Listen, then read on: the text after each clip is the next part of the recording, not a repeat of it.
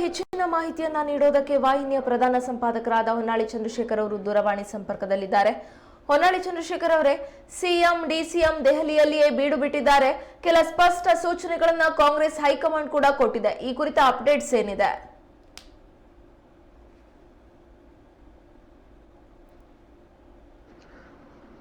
ನಂದಿನಿ, ದೆಹಲಿಯಲ್ಲಿ ಕರ್ನಾಟಕ ಭವನದ ಒಂದು ಕಟ್ಟಡ ಉದ್ಘಾಟನೆ ಏನಿದೆ, ಆ ಕಾರ್ಯಕ್ರಮ ನಿಗದಿಯಾಗಿದೆ. ಆ ಕಾರ್ಯಕ್ರಮಕ್ಕಾಗಿ ಮುಖ್ಯಮಂತ್ರಿ ಸಿದ್ದರಾಮಯ್ಯ, ಉಪಮುಖ್ಯಮಂತ್ರಿ ಡಿ ಕೆ ಶಿವಕುಮಾರ್ ಮತ್ತು ಬಹಳಷ್ಟು ಜನ ಸಚಿವರು ಹೋಗಿದ್ದಾರೆ.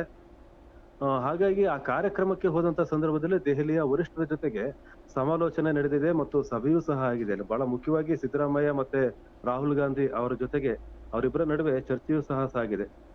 ಇಲ್ಲಿ ಇರ್ತಕ್ಕಂತ ವಿಷಯ ಏನಂತಂದ್ರೆ, ಕಳೆದ ಕಾಂಗ್ರೆಸ್ ಸರ್ಕಾರ ಬಂದು 2 ವರ್ಷದ ಮೇಲೆ ಆಗ್ತಾ ಇದೆ.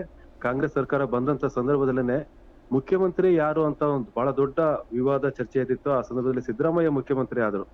ಅದಾದ ಮೇಲೆ ಅಧಿಕಾರ ಹಂಚಿಕೆ ಆಗಿದೆ ಅಂತಕ್ಕಂತ ಚರ್ಚೆ ನಡೀತಾನೆ ಇತ್ತು.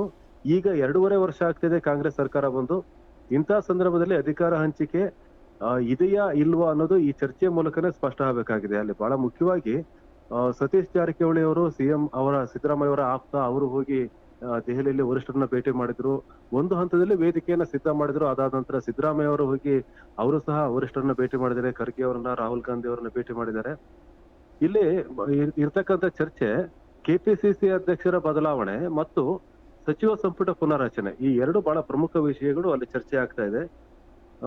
ಡಿ ಕೆ ಶಿವಕುಮಾರ್ ಅವರು ಸಹ ವರಿಷ್ಠರನ್ನ ಭೇಟಿ ಮಾಡಿದ್ದಾರೆ. ಆದ್ರೆ ಸತೀಶ್ ಜಾರಕಿಹೊಳಿ ಅವರು ಕೆಪಿಸಿಸಿ ಅಧ್ಯಕ್ಷರು ತಾವಾಗಬೇಕು ಅಂತಕ್ಕಂಥ ಒಂದು ಇಂಗಿತವನ್ನು ಹೊಂದಿದ್ದಾರೆ ಮತ್ತು ಸಚಿವ ಸಂಪುಟ ಬದಲಾವಣೆ ಆಗ್ಬೇಕು ಅಂತಕ್ಕಂಥ ಒಂದು ಮನಸ್ಸು ಸಿದ್ದರಾಮಯ್ಯ ಅವರಲ್ಲೂ ಸಹ ಇದೆ. ಹಾಗಾಗಿ ಈ ಎರಡು ಪ್ರಮುಖ ವಿಷಯಗಳ ಬಗ್ಗೆ ದೆಹಲಿಯಲ್ಲಿ ಬಹಳ ಬಿರುಸಿನ ಚರ್ಚೆ ನಡೀತಾ ಇದೆ. ಆದ್ರೆ ಇಲ್ಲಿ ಗಮನಿಸಬೇಕಾದ ಅಂಶ, ದೆಹಲಿಯಲ್ಲಿ ಹೋಗಿರ್ತಕ್ಕಂಥ ಸಚಿವರು ಮುಖ್ಯಮಂತ್ರಿ ಸಿದ್ದರಾಮಯ್ಯ ಅವರ ಆಪ್ತರೇ ಆಗಿದ್ದಾರೆ ಮತ್ತು ಪರಮೇಶ್ವರ್ ಅವರಂತ ಸಚಿವರು ದೆಹಲಿಗೆ ಹೋಗಿಲ್ಲ. ಅವರು ಕರ್ನಾಟಕದಲ್ಲೇ ಇದ್ದಾರೆ. ಅವರಿಗೆ ಯಾಕೆ ಹೋಗಿಲ್ಲ ಅಂತ ಪ್ರಶ್ನೆ ಕೇಳಿದಾಗ ನಮಗೆ ಆಹ್ವಾನ ಸಿಕ್ಕಿಲ್ಲ, ಅದಕ್ಕೆ ಹೋಗಿಲ್ಲ ಅಂತಾನೆ ಹೇಳಿದ್ದಾರೆ. ಅಂದ್ರೆ ಅಲ್ಲಿ ಕರ್ನಾಟಕ ಭವನ ಶಂಕುಸ್ಥಾಪನೆ ಆಗಿದ್ದು ಪರಮೇಶ್ವರ್ ಅವರು ಉಪಮುಖ್ಯಮಂತ್ರಿ ಆದಂತ ಸಂದರ್ಭದಲ್ಲಿ. ಆದ್ರೆ ಉದ್ಘಾಟನೆಗೆ ಅವರಿಗೆ ಆಹ್ವಾನ ಇಲ್ಲ ಅಂತೇಳಿ ಪರಮೇಶ್ವರ್ ಅವರು ಮಾತಾಡ್ತಾ ಇದ್ದಾರೆ. ಇತ್ತ ಸತೀಶ್ ಜಾರಕಿಹೊಳಿ ಅವರು ದೆಹಲಿಗೆ ಹೋಗೋಕ್ಕಿಂತ ಮುಂಚೆ ಸಚಿವ ಮಹಾದೇವ ಅವರ ಜೊತೆ, ರಾಜಣ್ಣ ಅವ್ರ ಜೊತೆ ಹಲವರ ಜೊತೆ ಚರ್ಚೆ ಮಾಡಿ ಹೋಗಿದ್ದಾರೆ.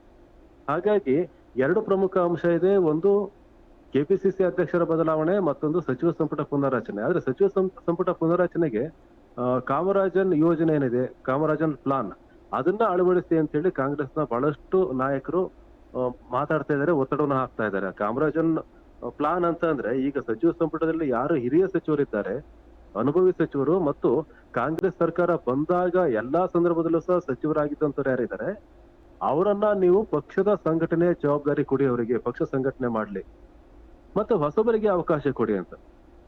ಇದು ಕಾಮರಾಜ್ ಪ್ಲಾನ್.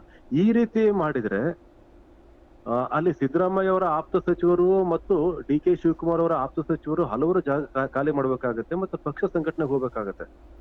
ಆದ್ರೆ ಇದಕ್ಕೆ ಹೈಕಮಾಂಡ್ ಎಷ್ಟರ ಮಟ್ಟಿಗೆ ಒಪ್ಪುತ್ತೋ ಇಲ್ವೋ, ಆದ್ರೆ ಇಲ್ಲಿ ಕೆಪಿಸಿಸಿ ಅಧ್ಯಕ್ಷರ ಬದಲಾವಣೆ ಮತ್ತು ಸಚಿವ ಸಂಪುಟ ಪುನರ್ರಚನೆ ಬಗ್ಗೆ ದೆಹಲಿಯಲ್ಲಿ ಚರ್ಚೆ ನಡೀತಾ ಇರೋದಂತೂ ಖಚಿತ. ನಂದಿನಿ,